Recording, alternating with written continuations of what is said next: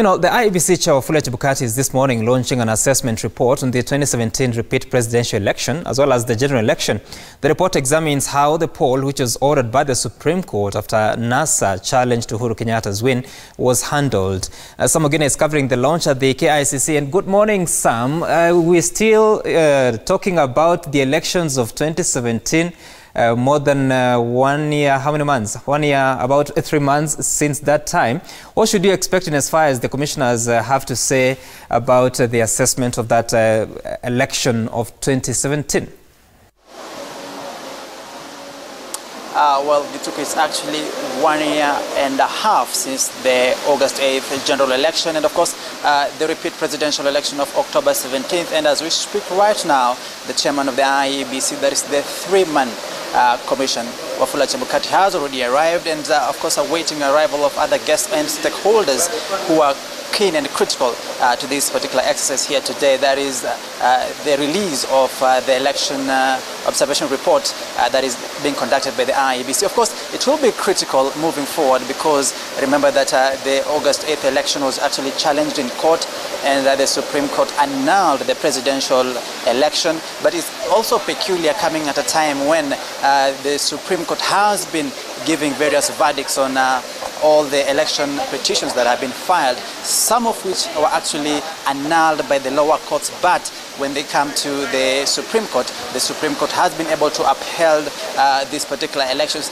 Now that to some observers is quite peculiar, given that it is the same Supreme Court that actually said that IEBC, or better yet, that a particular election of August 8th was bungled and that results could not be verified, some of them, but when it comes to the election of other jurisdictions, that is, say, governor, senators, members of parliament, the same court has actually upheld those elections, nullifying or actually setting aside the rulings of the lower courts. But also something that is also of quite interest, or rather what we'll be keen to look at, is the transmission of election results, because this was actually the sticking point when it came to the nullification of the August 8th presidential election results.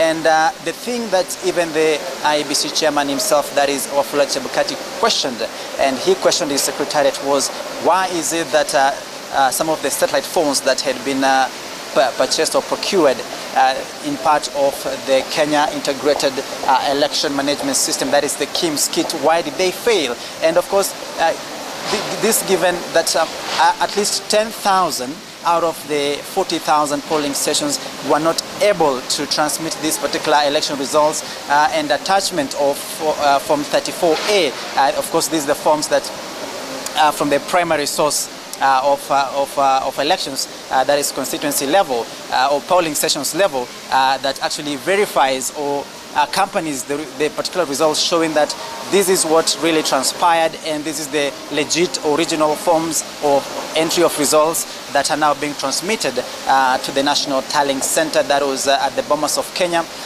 Those particular equipment failed, and of course this resulted into the IEBC chairman, of course, questioning, and subsequently led to the suspension of the IEBC CEO then, that is Ezra Chiloba. And of course, that particular bungled election, or the nullification of the presidential election, led to the split of the commission, and subsequently the resignation of 4 of its commissioners, of course, led by Rosina Kombe, who resigned just before the presidential repeat polls of October 17th. And as we stand right now, the commission has only 3 commissioners, led by the chairman himself, Wafula Chebukati. Then there is Commissioner Boya Mulo, and of course Abdi Gulie.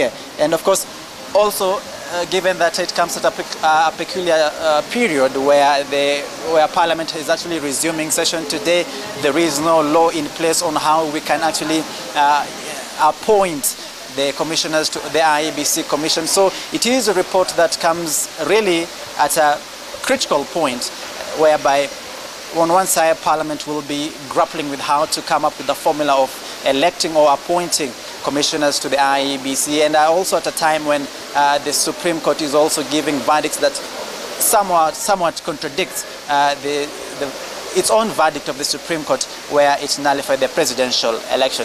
Gituku?